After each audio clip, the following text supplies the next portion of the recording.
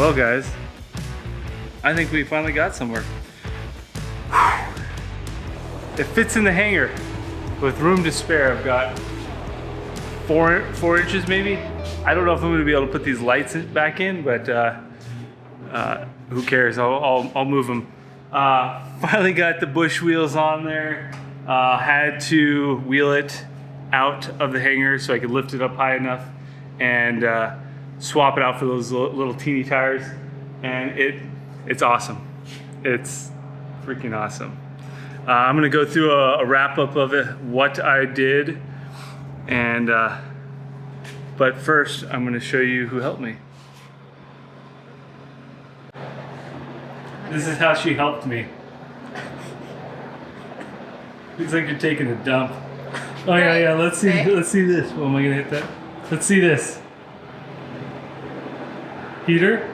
It's cold. Girl. And book.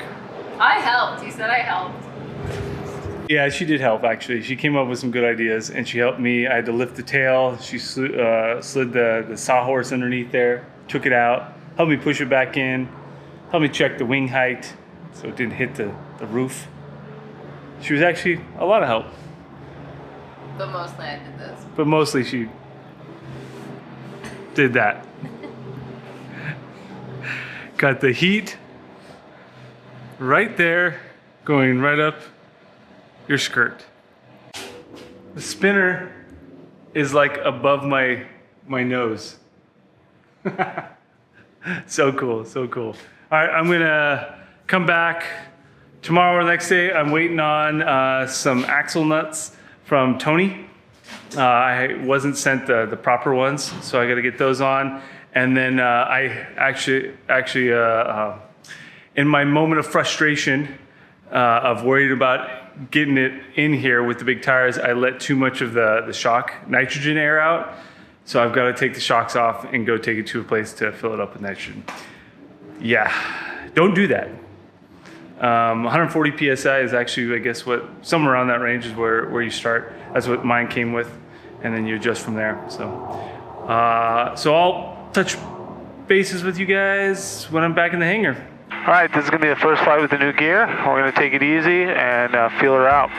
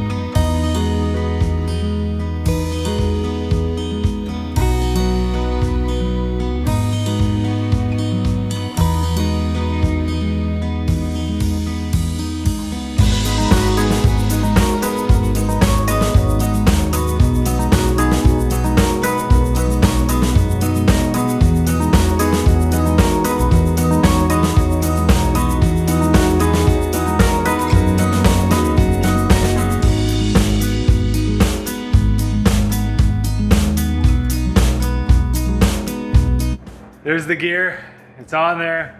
First flight, first opinions, so far. But after reviewing the footage, I came in, so I only have one landing on it so far. I will get more in. It'll either be in this video or future videos. I came in really soft and shallow, so the shocks compressed like that much. But it did feel like I hit kind of hard. Not hard, but like I felt a chunk, and I don't know what that might have been, but I'm gonna look over the footage again, and then obviously more flights, more landings, and that'll get me where I need to be. Some might say I should have just bought a plane that had all this stuff, but you know, to be honest, I kind of have fun working on the plane. I would much rather fly, but I did notice that it almost feels like the plane dangles a little because there's so much weight down there.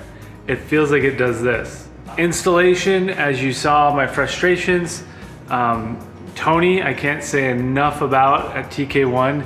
He was awesome with helping me basically install this through email. If I had some suggestions, maybe some better instructions included. I still think that I'm a fairly mechanical type person. I'm good with working with my hands and mechanical things, but I had a little bit of issues just fitting it up. The instructions weren't as clear. Same thing with like adjusting the suspension. They talk about sag, but then they reference it for landing, but they don't tell you like how to get all this in a clear way. However, I mean, it's great. I want to give my honest opinion. All the shortcomings are probably my fault, I'm sure, for not being as knowledgeable in this area. But the nitrogen thing, which you can see a video right here about how to do it. That was a pain in the ass, but it had nothing to do with TK1, or Tony, or the shocks, or the gear, any of that. I'm an idiot for for taking too much air out and then going to get it filled up and then taking too much air out again. But it was also a learning process for me. But now I'm set. I've got the nitrogen tank. It's time to stop working on planes and start flying them. That's where I'm at right now. The last big upgrade is going to be the prop, and that's an easy one. You just take that off and put it on, but money's got me holding off on that one. So that's that. I did notice that it did run a little warmer, probably for pushing against it for all that drag in those tires. I'm gonna get fairings for the shocks, and I would like to wrap the gear legs and paint it. It kind of doesn't look as goofy as the stock legs, but it looks like a skinny anorexic something or other with these legs, and I feel like wrapping them would also not only help with aerodynamics, but look better and complete that yellow continuation, because it feels like it's just yellow. Now it actually looks like a banana, because it's just this swooping banana.